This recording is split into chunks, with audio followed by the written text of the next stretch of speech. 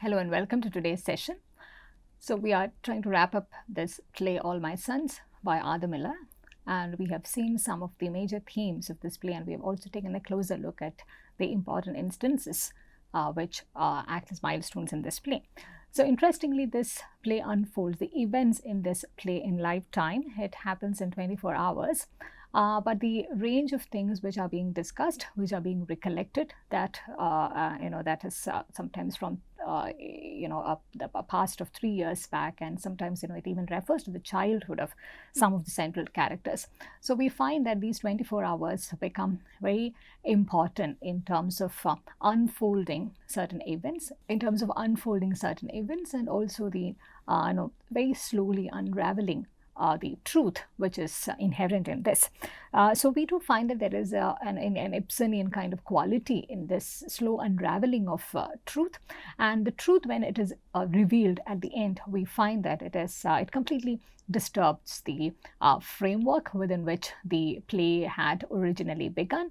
It also unsettles the characters, but it also brings a sense of closure in and sometimes in slightly unpleasant ways, but nevertheless, there is a sense of closure at the end of it when the truth is being revealed.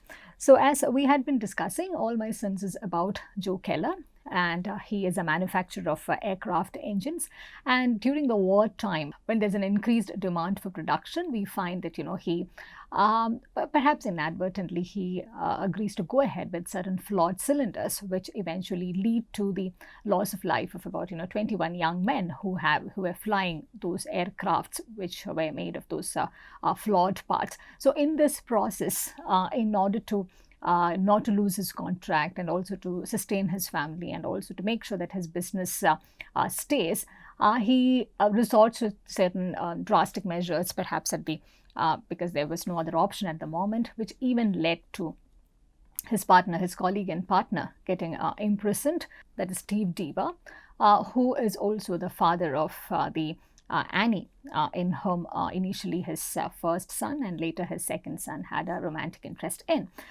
So we find that this complication is further accentuated at the beginning of the play, when we find that Joe Keller's wife, Larry's mother, Larry who's already dead, Larry's mother, Kate, who refuses to acknowledge the fact that Larry is dead. And this acknowledgement, this unspeakability of death, is also heavily intertwined with many other details, many other secrets, many other truths, which the play, as it unfolds, it reveals as well. So a lot of critics have engaged with this question about the way in which the play has ended with the suicide of Joe Keller, whether that substantiates anything, whether that legitimizes, or whether it could be considered as an atonement. But people are of different opinion in that sense about whether there is a complete atonement, or whether it needs to be seen as another escapist way in which Joe Keller tries to deal with the reality as and when it is revealed before himself in its full form. So Larry's death at the beginning of this play, it's more symbolic. Larry's death, its acknowledgement or its denial. Either way, it's symbolic in multiple ways. We find that the characters' lives, their mental temperament, the way in which their future course of action would happen, all that depends on either the denial or the acknowledgement of Larry's death. So that is very symbolic at the beginning, which is why the memorial tree falling, that is presented as a major symbolic event at the beginning, the standing of the tree and the falling of the tree at the beginning of the play, we find that it is not essentially about Larry's death alone. The fall, in fact, it's about the fall of that family, the fall of Joe Keller as a family person, the fall of trust. Yeah? So what here fails with the falling of the memorial tree is the relationship between the father and the son. So Chris, who till this point, who had believed that his father is quite infallible, that his father is a survivor, he begins to realize that his father in fact has blood in his hands, and that is a reality that he cannot deal with.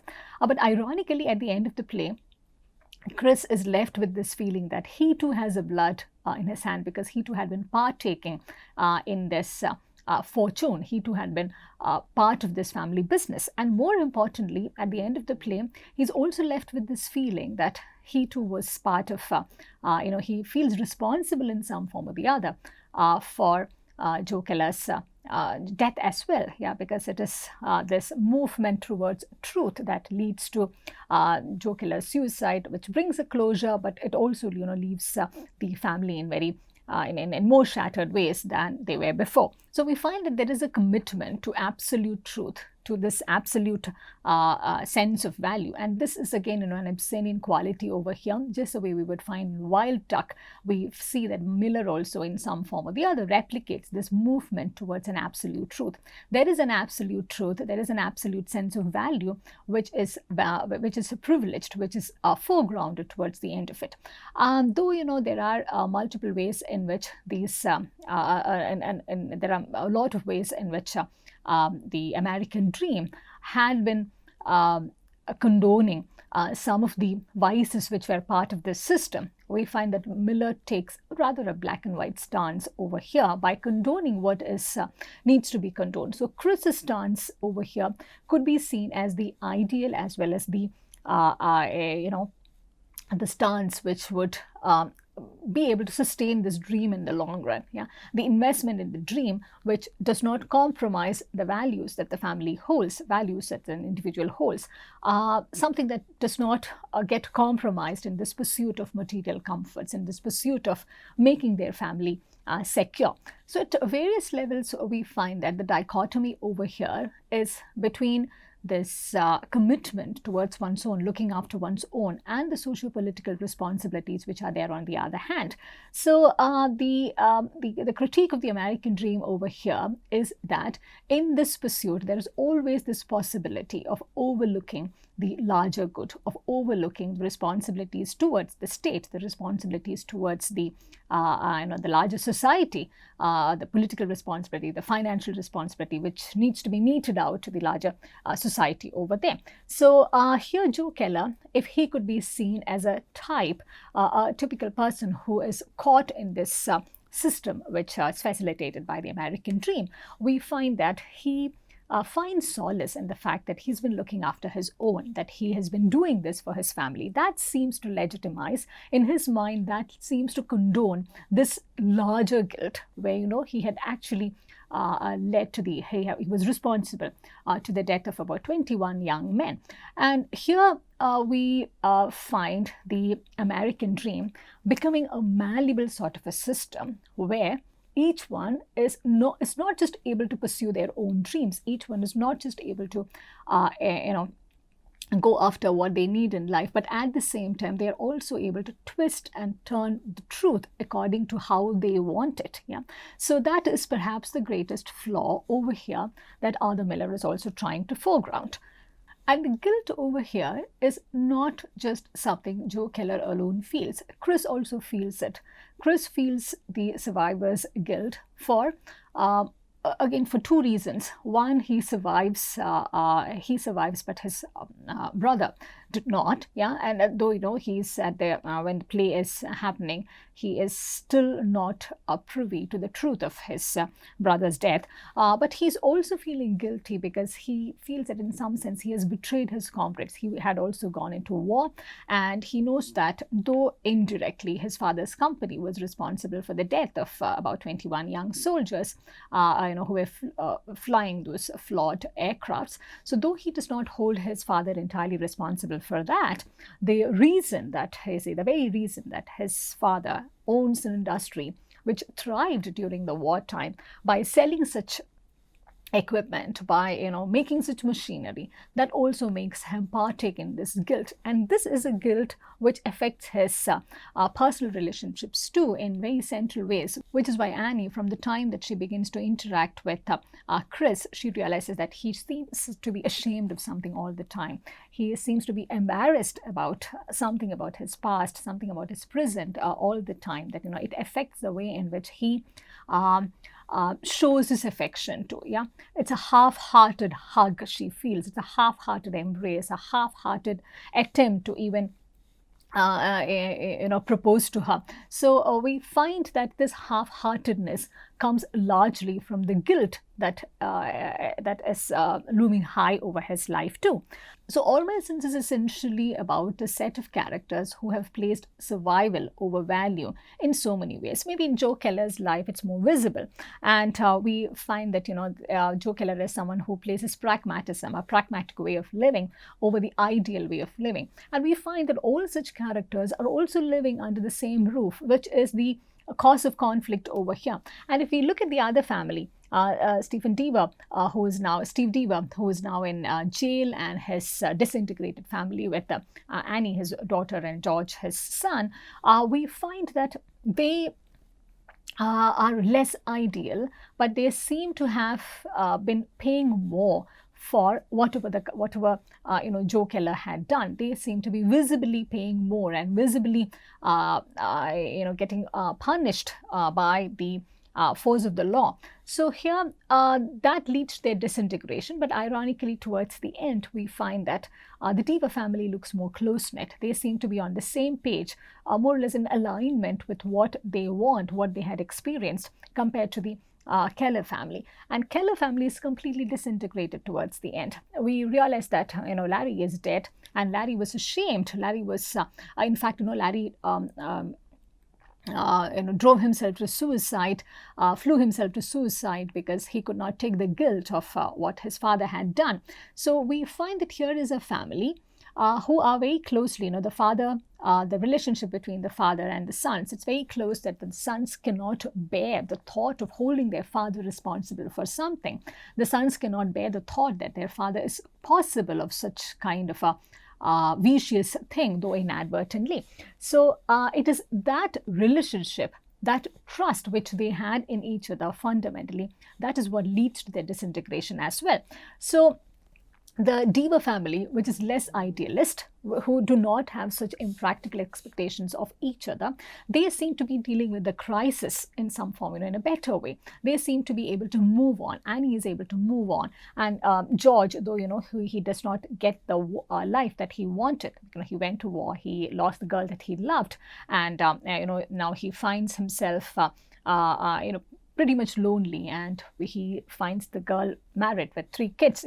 So these are the circumstances in which the Deaver family finds themselves in, but they seem to be more in control of the reality. They seem to be more in alignment with the reality, and that makes it easier for them to go forward, unlike the Keller family. The Keller family is stuck in time in many ways. We find that the mother is still grieving in irrational ways. Of course, she has more reasons for that, because she's also trying to preserve the sanity and legitimacy of Joe Keller as a father, as a husband, because acknowledging Larry's death would bring down their family in ways that would be irreparable. And that's what happens towards the end of this play too. There is an atonement, there is a guilt which is resolved, but that comes at a great cost. The family completely disintegrates with, to borrow Joe Keller's words, at the end of it, the tally is that, one son and father both are dead, because of the same reason, because of this failure to own up to a certain mistake that they had committed. So there's also a prophetic nature to this realist play from the beginning, with the, it begins with the tree falling, the memorial tree falling, and also when in between, when they hear of George visiting their father in prison, Kate Keller also says that everything seems to be coming back. So they are, in some sense, it's possible to say that they have been living in this constant fear that things are going to come back to them. So deep inside, both Joe Keller as well as Kate Keller, the husband and the wife, they always knew that this is perhaps going to come back to haunt them in some form or the other, which is why they also need to put up this face. Both of them are trying to find different modes of escaping from the reality. One is trying to keep her son alive, and the other one is not looking at the real news, but living in some pseudo world where he's entirely immersed in this capitalist life and trying to find something trivial in the day-to-day life to keep himself engaged. But Chris also, Joe Keller and Kate Keller, they feel that maybe Chris also knew this deep down inside him. But being the idealist that he is, Chris was never aware of this fact. He never thought that there would be a point in life where he would be required to encounter these different kinds of realities at the same time, these different truths at the same time. Here is where we also find Annie as an excellent comparison over here, almost like a counterfoil over here, as we could see. We find that Annie, she always knew the truth. Yeah? She is perhaps the only one who had access to truth, and the truth and as well as the practical way in which has been responding to it, that had enabled her to go forward with her life. She was unable to forgive her father until she realizes the complete truth about how Joe Keller was also implicated in this, and but at the same time, she's willing to go ahead with her life by not letting that affect her potential relationship with Chris. Yeah? So here we find another kind of character, another type of character who's also willing to make the most of the systems facilitated by the American dream. Yeah? She's able to make use of her city life. She's able to make use of the mobility that the city provides her. And she also wants to move away from these smaller neighborhoods where Joe Keller and the rest of his family lives, because that's where they talk about things. That's where the past continues to haunt them, and that is something we find as a subtle theme over here, where Arthur Miller is also in some form or the other trying to show this urban-rural divide in very interesting ways. How the city life, how the city exposure gives one a lot of possibilities to move on in life. And this is again, irrespective of the stark critique of the American dream, this is also a possibility that it offers about these possibilities of moving ahead with life, the possibility of hope, the possibility of starting life. So if there's another way to look at the ending of this play, rather than focusing on Joe Keller's suicide, we find that there is a young couple, Chris and Annie. Both of them, they are ready to give their life one more chance. Yeah. So as they are trying to, work out this possibility, a lot of things remain unchanged in their life. Her father is still in prison. Maybe they will try and get him out. His father is dead, commits suicide, and they also know, what their fathers had done, one knowingly and the other one, was implicated in it. Yeah, and we also find that things do look a bit dark and bleak for Kate Keller as well as for George. Yeah, but nevertheless, there's this young couple who's willing to give their life a chance. Yeah, so in some form at the end of the play, we can also find that there is a hope, there is a promise which the American dream also holds out to this young couple, irrespective of the bleak way in which things have been turning out. So at the end of the play, we find that the many myths that the family had constructed around them, the myth of their reputation, the myth of Larry's life, so they were finding the fuel for their life the fuel for their life was founded on these many myths. We find all of those myths collapsing. They're left with just some pragmatic truths and absolute truths at the end of it. And as Chris Keller and Annie tries to continue with their life, they are left with is these practical elements, which are very unromantic, which are very hard to face, but there are no myths over here. It's only hard, stark reality over here. That's a realist quality as well, not just in terms of its presentation, but also in terms of the themes. That's a realist quality that Arthur Miller's play All My Sons is trying to foreground over here. So when the play begins, we find that there is an undisturbed kind of normality. Until the end of the first act, we find that things move on undisturbed. There is a normality which is constructed, which looks very ordinary to begin with. The grief also looks ordinary, though it's exhausting, it's frustrating, but there is an ordinariness when the play begins. Till the end of the first act, one could say that this normality is preserved in an undisturbed manner. And right after that, then we understand the point of such extraordinary normalcy being presented in the first act, because everything goes for a toss from the second act onwards. We find that there is an extraordinary disaster waiting to happen in very stark contrast to this extraordinary normalcy at the beginning. Yeah, they all seem to be fitting in well in each other's life, though there are various emotional struggles. But from the second act onwards, we find that things are beginning to fall apart. There's hardly anything which is holding them together. They seem to be inhabiting different worlds and seems to be in need of different myths to sustain the world, sustain the reality that they believed in. Kate needs a certain kind of reality where Larry is alive, and Joe Keller needs a reality where he did not do anything, which caused the death of these young men. He wants to blame it. Not on a person. He just wants to blame it on a system which had, led him to do that. He also wants to, in some form, argue that he did this for his family. And Chris needs an ideal state, irrespective of what had happened. Chris needs an ideal world where things happen according to certain set absolute values.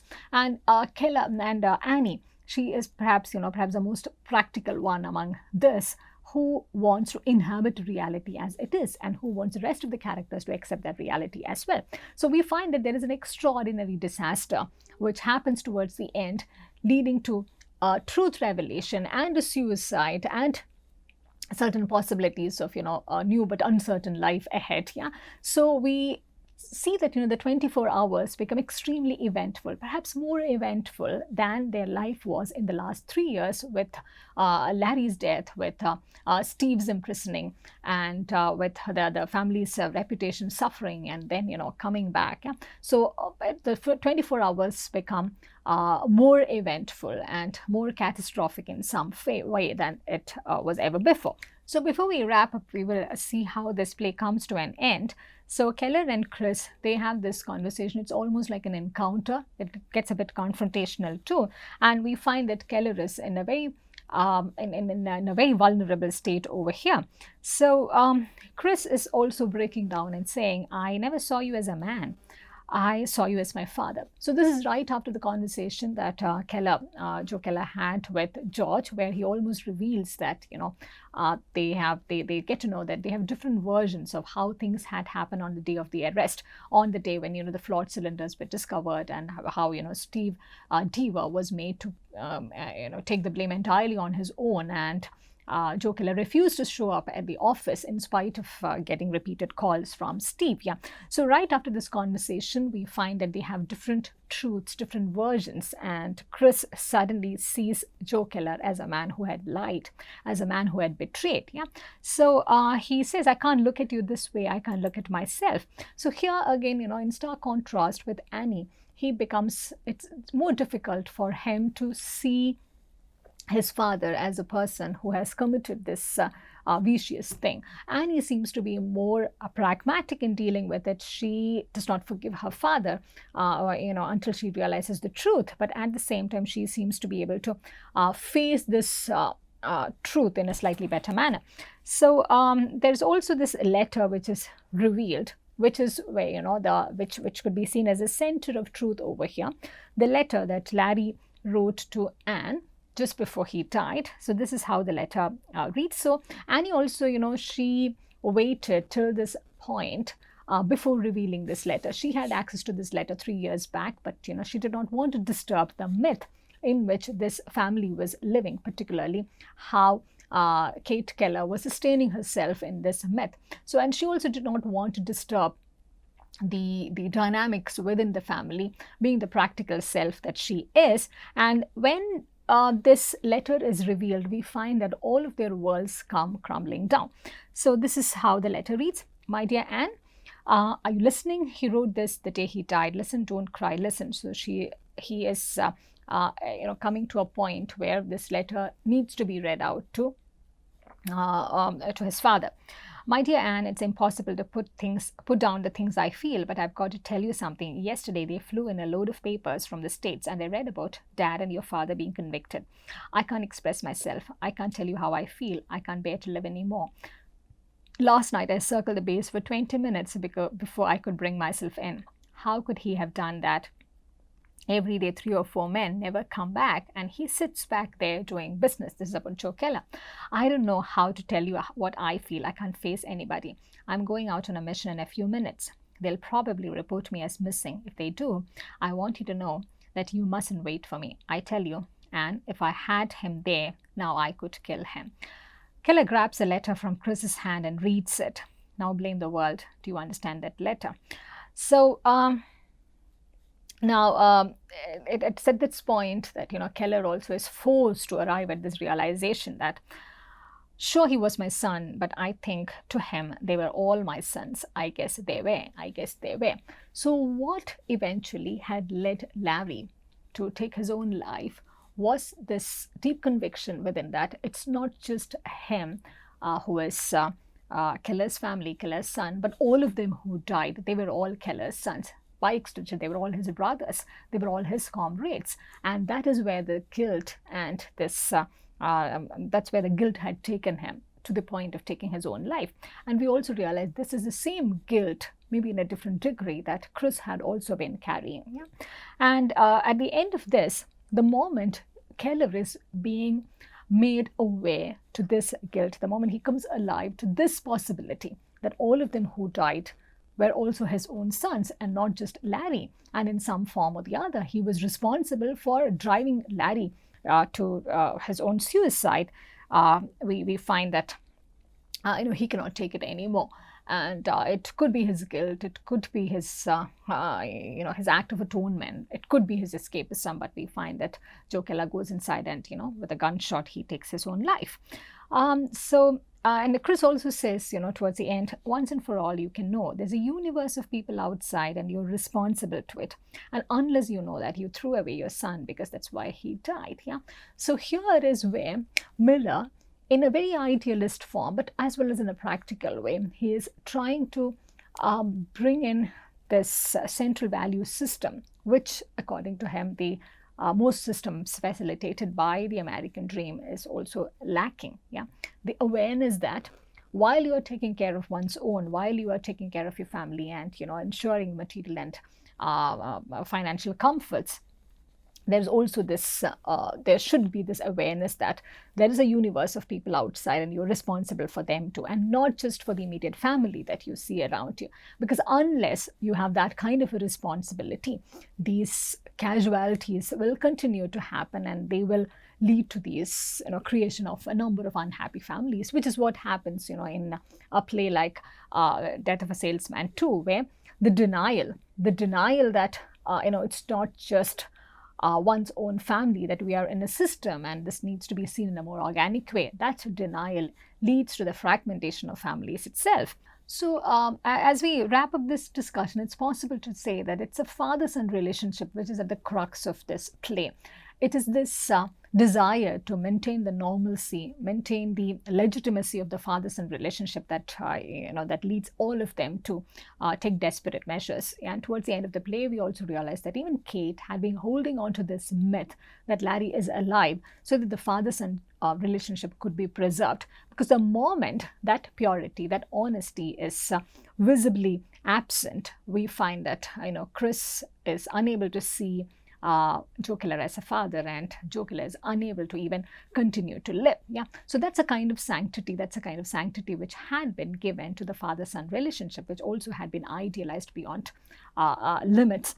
And while Miller's plays, whether The Death of Salesman or All My Sons, while they could be seen as critiques of the American dream, it could also be seen as critiques of this over-idealization of the father-son relationships. Yeah, and it's the dynamics of that he explores. It is the intricacies of that, the emotional fallibilities of it that he continues to explore in both of these plays. So with this, we bring this discussion to an end, and I thank you for your time.